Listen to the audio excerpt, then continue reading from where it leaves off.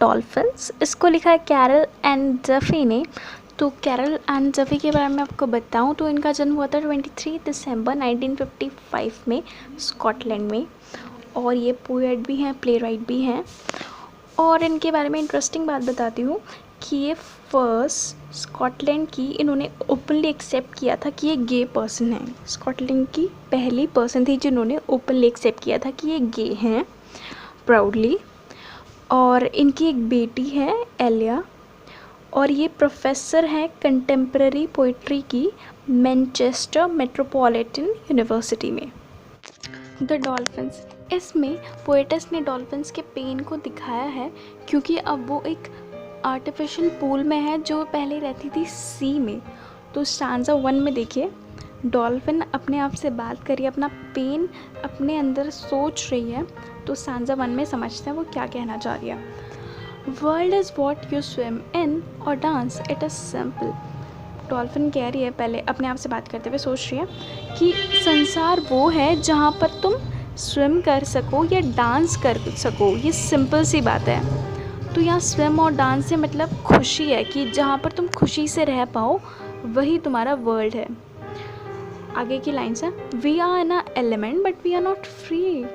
We are in a element, हम अपने element में हैं। एलिमेंट से यहाँ पर मतलब वो वाटर में, हम पानी में हैं। But we are not free, but हम यहाँ पर आज़ाद नहीं हैं।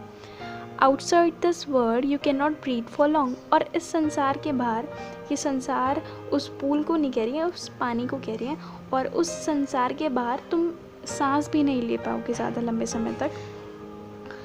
फिर आगे की लाइन है, the other has my shape, sorry the other movements forms my thoughts.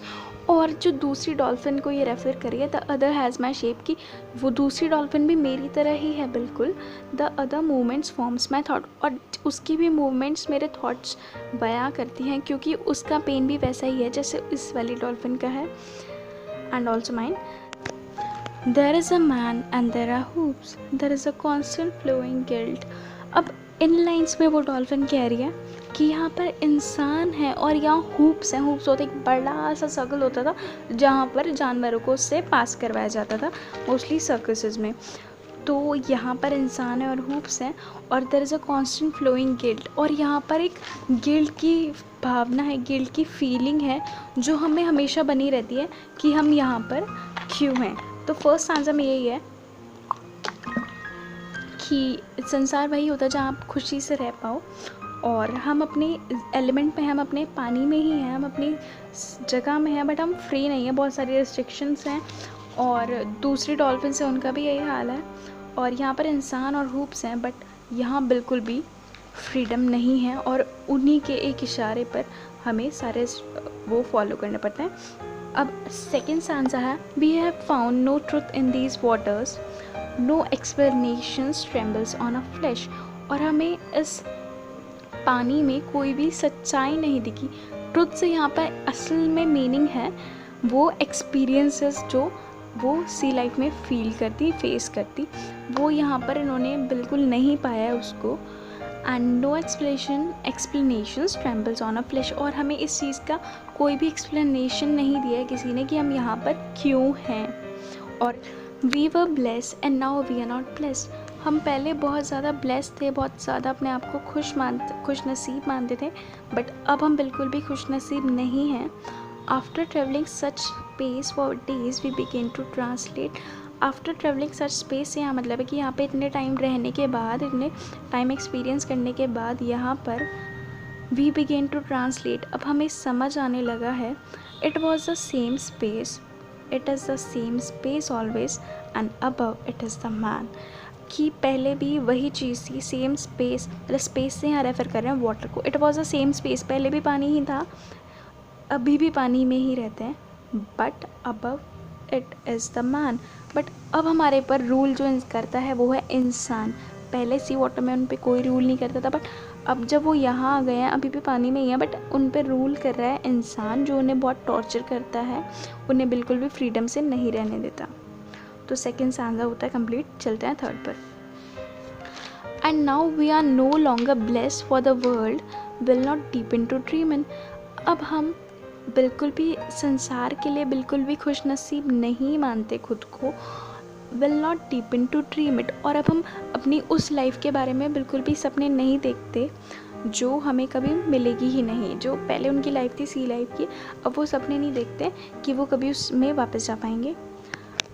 The other knows and out of love reflects me for my self, और जो दूसरी डॉल्फिन्स हैं, the other knows and out of love reflect me for my self, जो दूसरी dolphins हैं उनको भी देखकर वो आपस में सिंपैथी करती हैं, उन आपस में प्यार जताती हैं।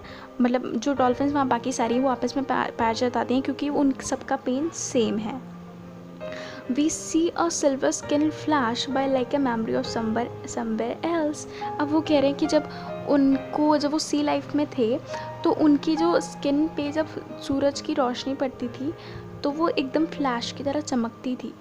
तो अब वो कह रहे हैं बट अब ये फ्लैश उनके लिए उस फ्लैश की तरह जो एक मेमोरी के फ्लैशबैक की तरह चला गया, क्योंकि अब वो ऐसी जगह है जहाँ पर बिल्कुल भी वो खुली नहीं है, तो वहाँ पर धूप भी नहीं आती। तो वो यही कह रहे हैं कि वो धूप भी उन्हें नसीब नहीं है, वो भी एक मेमोरी बन गई है।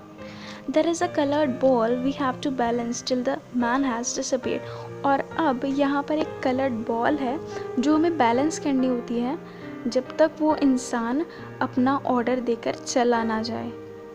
तो उनकी किस्मत यहाँ दिखाई गई कि वो बिल्कुल भी खुश नहीं है यहाँ और अपनी पुरानी लाइफ को मिस कर रहे हैं, और जो उनकी स्किन पर फ्लैश पड़ती थी वो उस फ्लैश की तरह है जो पुराने फ्लैशबैक की मेमोरी की तरह था। और इस लाइफ में उन्हें एक बॉल बैलेंस करनी होती है जो पहले ऐसा कुछ नहीं था, और अब उन्हें इंसान के सारे इंस्ट्रक्शंस और रूल्स फॉलो करने पड़ते हैं। तो ये सांजा होता है कंप्लीट। चलते हैं फोर्थ सांजा पे जो लास्ट है। The moon has disappeared. We circle well-worn grooves of water on a single note. The moon has disappeared. अब जब वो खुली जगह में नहीं है तो चांद भी उन्हें नहीं देखना नसीब होता। We circle well-worn grooves of water on a single note. और हमें पानी के मूवमेंट के हिसाब से ही अपनी मूवमेंट करनी पड़ती है और सारे ऑर्डर मानने पड़ते हैं सिर्फ एक कमांड पर, मतलब एक ऑर्डर देने पर उनको वो ऑर्डर फॉलो करना पड़ता है। Music of loss for ever from the others heart which turn my own heart to stone. अब ये कह रहे हैं कि दूसरे जो डॉल्फिन्स हैं, music of loss for ever from others, ये कह रहे हैं कि दूसरे डॉल्फिन्स का दुख देखकर और अपना दुख देखकर वो इतनी ज़्यादा दुखी हो चुकी है कि उसका हार्ट भी उसको लगता है पत्थर का हो गया है। There is a plastic toy there is no hope, और अब उनकी दुनिया में सिर्फ एक प्लास्टिक टॉय, वही बॉल रह गई है, और जो उन्हें लगता है कि उनकी दुनिया में कोई भी होप नहीं है, कोई भी आशा की किरण नहीं बची है।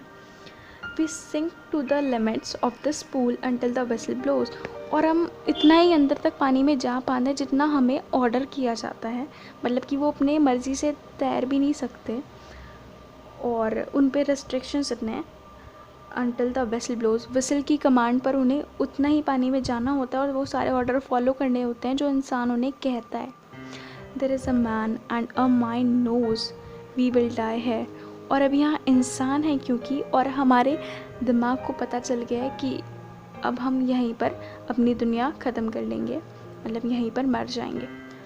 तो ये पोएम होती है ख़त्म, और काफ़ी अच्छी पोएम है वैसे।